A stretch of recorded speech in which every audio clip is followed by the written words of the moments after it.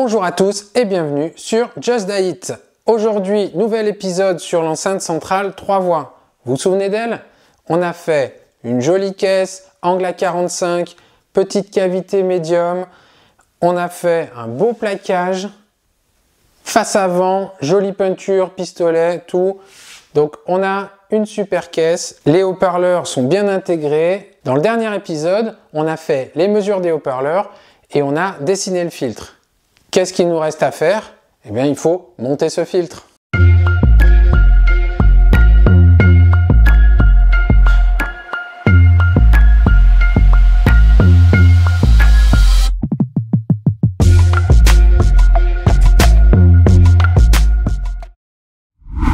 Alors, pour les composants du filtre, vous vous souvenez, cette enceinte, il y a pas mal de récup. Les seules choses que j'ai achetées exprès pour ce projet, c'est le tweeter à 15-20 €. Et un peu de plaquage, pareil, une vingtaine d'euros. Tout le reste, c'est des choses que j'avais déjà. Et au niveau des composants, il y a des composants que j'avais déjà. Il y a quelques années, j'étais allé chez quelqu'un qui s'appelle Eric. J'ai fait 2 articles sur Just It concernant mes visites chez lui. Et lors de ma première visite il y a quelques années, il m'avait laissé des sacs de course, là, plein de composants usagés qu'il avait déjà utilisés. Et c'était des composants pas forcément en très bon état, pas forcément bien sur le plan esthétique. Il y avait de la colle à chaud, des pâtes coupées, etc. J'en avais 2 sacs pleins et je savais pas quoi en faire. Et bien pour ce projet, je me suis dit, je vais enfin les ressortir et je vais les trier. Je vous épargne ce passage de triage des composants parce que ça m'a pris 2 heures un dimanche. J'avais tout étalé sur la table de la salle à manger. Je les ai mis par paire pour ceux que j'avais par paire. Je les ai mesurés pour la grande majorité. Et puis j'ai sélectionné les composants qui pouvaient aller sur mon filtre. Voici le petit panier avec tous les composants dont je vais me servir pour monter cette enceinte. Ensemble, on va refaire le tri des composants que j'ai gardés ici et vous verrez, il y a 2 selfs, je crois, où il va falloir modifier la valeur en débobinant et ça va me permettre de vous montrer comment on fait ce genre d'exercice. Alors, avant de m'attaquer aux composants, on va démonter la face arrière de l'enceinte. Je vais voir un petit peu la place disponible dans la caisse pour découper des petites platines en MDF. J'irai découper ça à l'atelier aux dimensions dont j'ai besoin et ensuite on se met ensemble sur le triage, mesure, débobinage des selfs et montage soudure du filtre.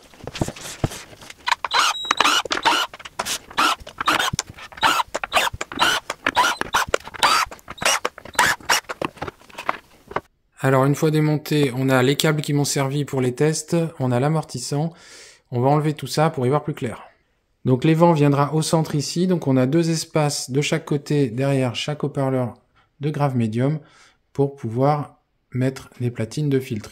Vu la taille du filtre, je pense que je vais faire 2 platines pour pouvoir avoir quelque chose d'homogène de chaque côté. Donc voilà, je suis installé, j'ai tout le matériel, j'ai tous mes composants ici dans la petite boîte en plastique, une pince coupante, le multimètre qui fait LCR mètre, quelques petites pinces ici. Je me suis imprimé le schéma du filtre à côté. Vous, je vous le mettrai à l'écran pour que ce soit plus lisible, mais moi je me le garde en papier à côté de moi, ça va me permettre de ne pas faire d'erreur. On va revoir ensemble tous les composants qui sont ici et voir les selfs pour lesquels il faudra ajuster les valeurs.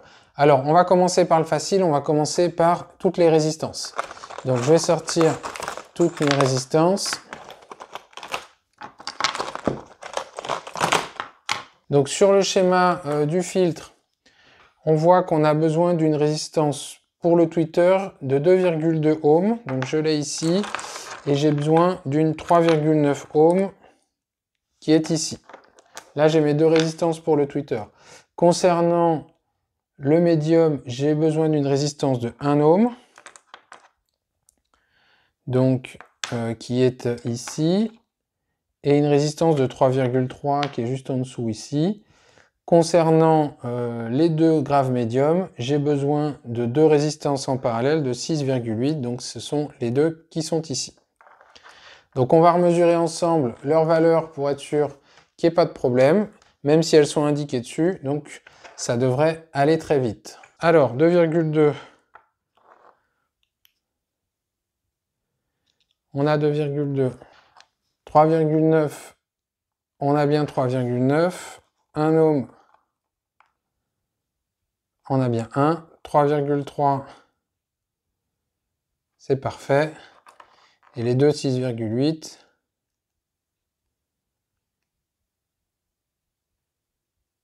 Là, j'ai 7 ici. Et 6,8 ici. On est quand même pas mal avec les tolérances. Donc côté résistance, on est bon. Les valeurs sont inscrites dessus. Tout est bon. Je mets de côté les résistances. Allez les amis, je vous interromps pour vous parler du sponsor de cette vidéo qui n'est autre que Cadre Vertical. Cadre Vertical, c'est une application basée sur l'intelligence humaine. C'est rare. Cette application est destinée aux créateurs de contenu qui souhaitent partager un contenu de qualité. Pour s'en servir, c'est très simple. Il suffit de placer votre caméra, de prendre une première vidéo et de rentrer ce rush dans l'application. L'application humaine va donc détecter directement les problèmes et vous éditer un rapport. Allez, je vais vous montrer un exemple avec cette vidéo. On voit ici que le sujet essaie de montrer quelque chose sur une table. Il a posé la caméra par-dessus son épaule pour que vous voyez ce qu'il est en train de faire. Sauf que son épaule passe dans le champ et l'autofocus est en PLS. Si on descend un peu plus dans le rapport, on va voir ce qui se passe dans la suite de cette vidéo. Et là, on voit le sujet face caméra. On voit qu'il essaie toujours de nous montrer ce qu'il y a sur la table, mais son front est coupé. Et on a l'explication à ces problèmes de cadre. Vous voyez à côté de lui un pied. Ce pied, il est destiné à recevoir la caméra qui était par-dessus son épaule. On voit le pied dans le champ, il n'y a rien qui va.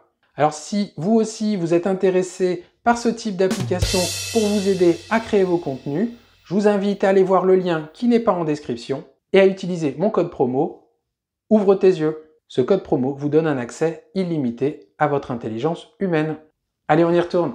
Concernant les condensateurs, donc je sors tous mes condensateurs. Donc vous voyez, on a des composants qui étaient pas en très bon état esthétique. Il y en a même celui-là où il y avait encore des choses soudées dessus, etc. On va refaire tout propre tout à l'heure. Là, on vérifie les valeurs. Donc, il me faut sur le tweeter un condensateur de 5,6. Ça va être celui-ci. Donc on est à 5,8. J'ai les valeurs ici 330 microfarad, 220 microfarad et 100 microfarad, 82 microfarad. Mon multimètre ici, il s'arrête à 200 microfarad. Donc je ne vais pas pouvoir mesurer les deux gros. Et je sais que celui qui est estampillé 82, il est quasiment à 100. J'avais besoin, moi, d'un 82, mais si je mets 100, on est pas mal. Donc j'ai mis 100 en valeur ici sur mon filtre. Les deux autres, je les ai vérifiés avec RoomOQ Wizard. Je vous passe cette étape. Concernant les selfs, je me mets sur le calibre 20 mAh et on va tester les selfs. Donc sur le Twitter, j'ai besoin d'une 0,22. Et j'ai besoin également d'une 0,22 ici sur le médium. Donc j'ai deux selfs ici qui correspondent à ça. Celle-ci, elle fait 0,22 et celle-ci 0,21. Donc ça, c'est pas mal. Ensuite, sur le médium, j'ai besoin d'une 1,2 en série. Alors là, j'ai trois selfs RAH de la maison du HP. Il y a des valeurs dessus, mais elles ne sont pas bonnes. C'est des selfs qui ont peut-être déjà dû être débobinés. Donc ici, c'était marqué au feutre 8 mAh. Donc on est bien à 8,06 mAh. C'est la self dont j'ai besoin en parallèle sur les haut-parleurs de grave. Donc celle-ci, on n'y touchera pas. Les deux 0,22, on n'y touche pas non plus. En série sur le médium, j'ai besoin d'une 1,2. Ici, j'avais une self estampillée 2,2 et quand je la mesure, elle est à 1,75. Donc celle-là, on va la débobiner à 1,2. En série, sur les graves médiums, j'ai besoin d'une 2,7. Là, j'ai une self qui est estampillée 3,3. Donc elle fait bien 3,3 et on va la débobiner pour faire 2,7. Donc ces deux selfs-là, il va falloir qu'on les débobine. Et j'ai ici une self sur noyau, bon, qui n'est pas très jolie, hein, qui a déjà dû être débobinée. Là, ça a été bobiné avec les pieds. Donc, mais bon, si elle fait sa valeur, on garde. Celle-ci, elle fait 2,2, enfin 2,26. C'est la self dont je vais avoir besoin sur le RLC du médium. Donc celle-là, j'y touche pas non plus. Donc, j'ai deux selfs pour lesquels il faut que j'ajuste la valeur. Le principe d'une self, c'est quoi? C'est un fil de cuivre émaillé, c'est-à-dire pour pas qu'il y ait contact entre les spires, enroulé sur lui-même, et ça donne un effet selfique. Si on déroule le fil et qu'on le met droit, il n'y aura plus d'effet selfique.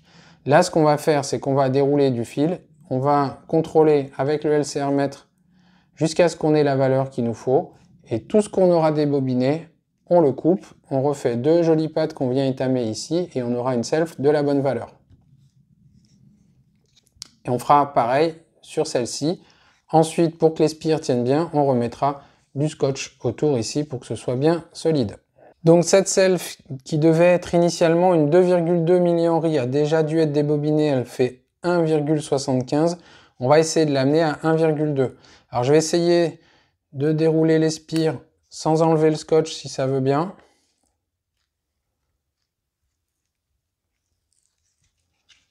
Vous voyez, on a déjà enlevé un peu de longueur. On va contrôler. Là, j'ai fait 2 tours. J'étais à 1,75, je suis à 1,71. On va enlever quelques tours.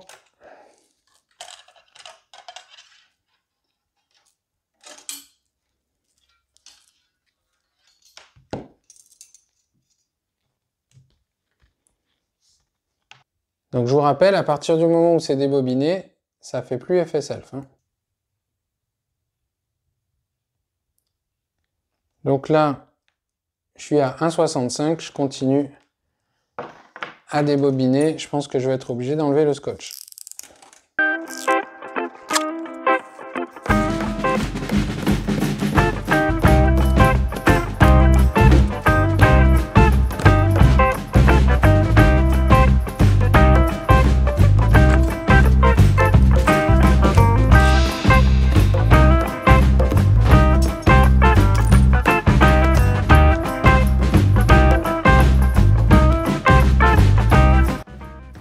Donc voilà tout ce que j'ai dû retirer pour faire une self de 1,2 à partir d'une self de 1,75. Donc voilà, j'ai travaillé un peu hors caméra. J'ai débobiné les deux selfs dont j'avais besoin de réajuster la valeur. Donc elles sont toutes les deux prêtes. On va revérifier ensemble, si vous voulez, les valeurs des deux selfs. Et je me retrouve ici avec 2,71 pour la self de 2,7 et 1,2 pour la self de 1,2. J'ai nettoyé un petit peu tous les composants, j'ai redressé toutes les pattes des composants, j'ai enlevé ce qui restait d'éteint, les petits câbles qui étaient encore accrochés, les tortillons, etc. Donc maintenant c'est tout propre. Cette self ici, qui était un peu mal bobinée sur la fin, je pense qu'elle avait déjà été bricolée, je l'ai rebobinée à peu près correctement et j'ai remis un petit scotch blanc ici, comme ça je pourrais inscrire sa valeur au feutre. Ici sur ces deux là je le ferai également.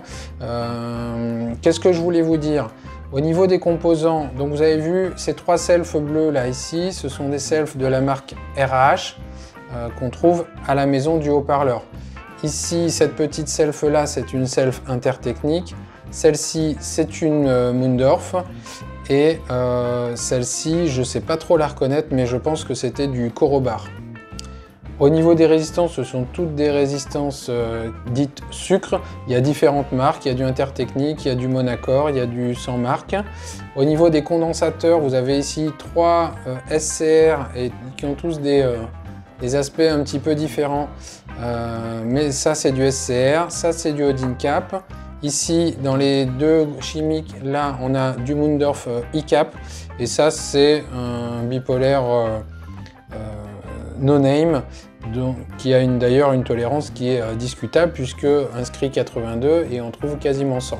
Bon, c'est pas très grave pour ce que je veux faire, mais voilà pour les composants. Maintenant, il va falloir mettre ça sur des plaques qu'on rentre dans l'enceinte. Alors, avant de le faire, je vais remesurer également la résistance interne des selfs et je vais l'inscrire sur mon petit papier ici de manière à avoir dans ma simulation de filtre exactement les résistances internes de toutes les selfs. Allez, j'y vais.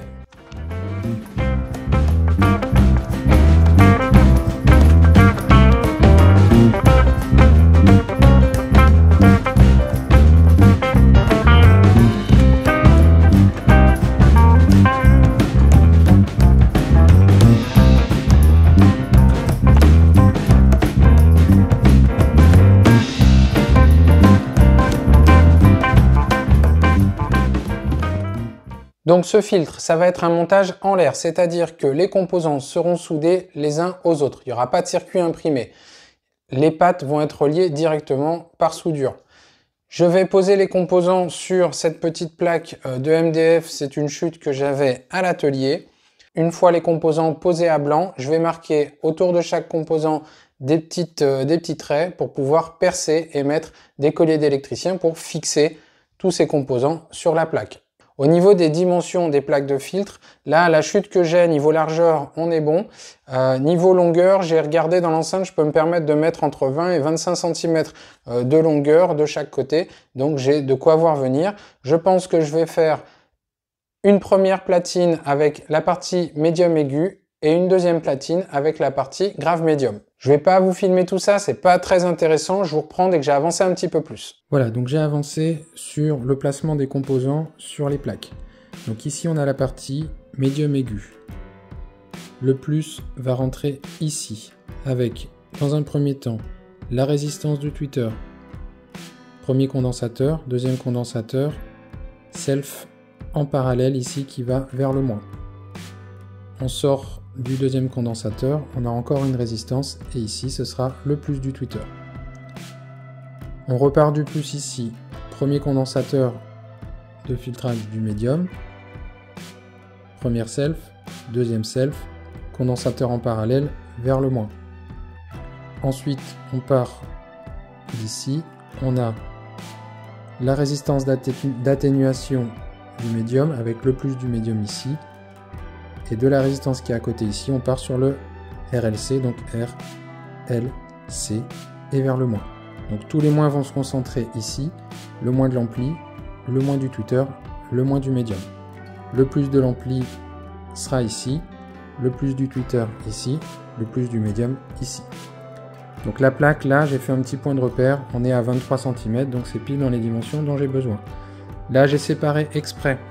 Pour que vous voyez bien, ici on a la partie filtre du grave médium.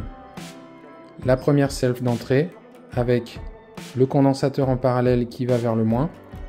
Et ensuite on part vers les deux résistances de 6,8 ohms, le condensateur et la grosse self. La grosse self qui va vers le moins également. Donc le plus de l'ampli sera ici, le plus des graves médiums sera ici, le moins des graves médiums et de l'ampli sera ici. Maintenant, je vais aller couper mes deux petits morceaux de planche pour pouvoir faire les filtres et je vais marquer les composants, je vais plier les pattes, etc. Je vais les agencer correctement, là les pattes ne sont pas pliées, pour préparer les composants avec les petits trous de perçage, les fixer et on pourra les souder à la fin. Voilà, les deux plaques sont percées, partie médium aigu ici, partie grave médium ici.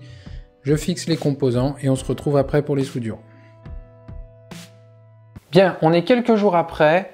Les filtres sont assemblés, soudés. Je vous ai épargné cette étape de montage des filtres passifs puisque la vidéo aurait été trop longue. J'ai fait une vidéo dédiée au montage des filtres passifs. Je vous invite à aller la voir. Je vous mets la miniature là. Il y a le lien en description. Attention, j'ai eu beaucoup de commentaires sur le fait qu'il ne fallait pas souffler sur les soudures. Vous avez raison, il ne faut pas faire sécher les soudures avec le souffle. Je ne l'ai peut-être pas bien expliqué. Moi, c'est surtout pour enlever la petite fumée qui se dégage parfois quand on soude. Mais il ne faut pas faire sécher en faisant un gros souffle sur la soudure. Ceux qui me l'ont mis dans les commentaires, ils ont raison et je me permets de vous en reparler aujourd'hui. Qu'est-ce qu'il me reste à faire? J'ai du câble. Donc, il va falloir que je coupe des longueurs de câble pour aller dans la caisse. J'ai encore une bobine ici. Je vais me servir de ma petite pince ici qui me permet de couper et de dénuder facilement. Et ça, c'est super pratique. J'adore cette pince si vous n'avez pas. Pour les haut-parleurs, je vais mettre des petites cosses. Donc là, j'ai un coffret avec des petites cosses. Et moi, j'aime pas souder les haut-parleurs. Chacun fait comme il veut. C'est mieux de souder dans le sens où la connexion est plus pérenne, mais moi j'aime bien pouvoir les démonter proprement. J'aime pas que les haut-parleurs soient abîmés. Faut pas faire trop chauffer les cosses, etc. Donc chacun fait comme il veut, mais moi je soude pas les haut-parleurs, je mets des cosses. Allez, je m'attaque à tout ça dans mon petit coin et je vous refais un petit plan avec les filtres câblés. On met ça dans l'enceinte et après on lui fait pousser ses premiers cris.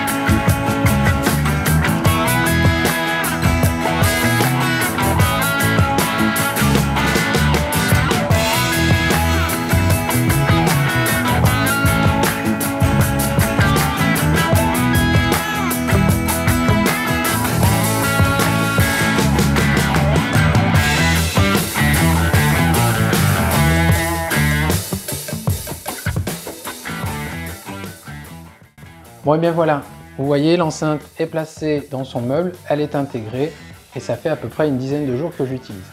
Avant de la mettre dans son meuble, j'ai refait quelques mesures pour vérifier un petit peu mon filtre. J'ai fait des mesures de directivité de l'enceinte par pas de 5 degrés de 0 à 30 degrés. Je vous emmène sur le PC pour vous montrer ça et on revient ici pour la conclusion. Donc nous voici dans Room-OQ Wizard avec les courbes que j'ai mesurées dès cette enceinte centrale. On était à peu près à 80 cm de l'enceinte. J'ai fait des mesures par pas de 5 degrés, donc vous les voyez toutes ici sur le côté à gauche. Et vous avez sur l'écran principal ici la courbe de réponse associée que j'ai fenêtrée pour éliminer la pièce pour le moment. Le niveau SPL n'est pas calibré, donc c'est pas la peine de regarder. J'ai pas calibré le niveau SPL pour ces mesures. Ce qui m'intéressait, c'était de connaître le comportement de l'enceinte. Alors si on reprend la simulation, on voit qu'on avait quelque chose qui était assez chahuté dans l'axe, mais une courbe de réponse qui était plutôt plate. Alors dans cette simulation, j'ai enlevé un peu de niveau sur les graves médiums parce que je me rends compte que dans ma première simulation que vous avez vue sur d'autres vidéos, eh bien j'avais dû peut-être faire une erreur sur le niveau. Ici, cette simulation comprend le niveau réel que j'ai mesuré aujourd'hui et on se rend compte déjà d'une première chose, le niveau est légèrement montant. Si on revient sur Room-OQ Wizard, on voit qu'on a un niveau légèrement montant ici. Donc ça, c'est déjà un problème. Cette courbe dans l'axe qui était un peu chahutée, notamment avec cette vilaine bosse ici, en temps normal, on laisserait jamais ça. Mais ici, vous vous souvenez, j'ai essayé d'optimiser la listening window, ici, parce que ma courbe de directivité de l'enceinte était trop chahutée de par sa conception. La réponse en puissance ici est pas très jolie, mais j'ai jamais réussi à l'optimiser correctement avec cette configuration là. Si on revient sur nos courbes, donc ici on est à 0 degré, là on passe à 5 degrés, 10 degrés, 15 degrés, vous voyez qu'ici ça diminue, 20 degrés, 25 degrés, 30 degrés, et là on commence à creuser et il y a d'autres accidents qui se forment. Si on affiche toutes les courbes l'une sur l'autre, on voit ici que plus on va prendre d'angle, plus on va creuser un petit peu cette partie de médium là, et plus on va prendre d'angle, plus la petite bosse qu'on a à 2 kHz ici va s'effondrer également. Si je fais une moyenne de ces courbes de réponse, ça nous donne cette courbe-là. Donc on voit que c'est plutôt linéaire, et ça ressemble à la listening window que m'avait simulé V2X4. Donc on voit ici que c'est correct. Par contre, on a un petit peu trop de niveau médium aigu, surtout médium. J'ai essayé dans les simulations de filtres de l'atténuer, ça marche pas très bien, et j'aggrave certains phénomènes. Et on voit ici que le médium, là autour de 500-600 Hz, là c'est trop creusé. Il manque un peu de niveau. Alors en pratique, c'est pas très grave, dans mon ampli home cinéma, il y a une calibration avec une égalisation, et ce problème est réglé. Mais par principe, il faudrait remonter cette zone-là. Si on retourne sur V2X4, quelle erreur j'ai pu faire? Comment je pourrais corriger ça? Je vous passe les détails, j'y ai passé un moment pour chercher comment je pourrais améliorer ça, mais le meilleur moyen que j'ai de linéariser ma réponse, c'est de diminuer la valeur de la self en série sur les graves médiums. Et ici, je remonte mon niveau de médium ici, et j'aurai quelque chose d'un peu plus linéaire, à la mesure. Et vous avez compris le système. Là, c'était un premier jet de filtre à la simulation et les mesures qu'on fait une fois l'enceinte montée nous permettent d'affiner un petit peu les choses et c'est ce qu'il faudrait faire ici. Alors en conclusion, qu'est-ce que je pense de cette enceinte? Eh bien, ça m'a apporté quand même un gros plus. Dans mon système, ça me permet de mieux focaliser les voix, la scène sonore est plus précise en home cinéma. Au niveau des timbres, l'enceinte ne timbre pas tout à fait comme mes enceintes principales, c'est lié à sa directivité qui est un peu particulière. Mais mon ampli home cinéma intègre une calibration, les courbes ont toutes été calibrées, donc mon pseudo-problème est compensé par la calibration avec une égalisation de cette enceinte centrale, et là l'intégration, elle est parfaite. Est-ce que ça vaudra le coup que je fasse une modification sur le filtre? Par acquis de conscience, j'ai envie de la faire, mais j'en ai pas besoin. En effet, la courbe de réponse au point d'écoute de cette enceinte, ça correspond à peu près à la courbe de réponse à 30 degrés de cette enceinte, donc pas super linéaire. Mais comme je vous dis, avec l'égalisation, c'est compensé. Donc, ça fait le job, ça marche très bien. Je l'ai coupé dans le grave pour la raccorder à un caisson de grave ou, si j'ai enlevé le caisson de grave, pour la mettre sur les frontales. La calibration m'emmenait cette enceinte jusqu'à 30 Hz dans la pièce, mais j'ai décidé de la couper. Alors, est-ce que je regrette d'avoir fait cette enceinte? Non, parce qu'elle ne m'a pas coûté grand-chose, comme je vous l'ai dit en début de vidéo, c'était avec des haut-parleurs que j'avais sous la main. Est-ce que je vous conseille de faire la même chose? Non. Alors je remercie tous ceux qui ont suivi cette série de vidéos, qui se sont abonnés à la chaîne grâce à cette série de vidéos. Restez en ligne parce qu'il y a plein de choses qui vont encore arriver sur Just Die It, et je vous dis à bientôt avec une autre.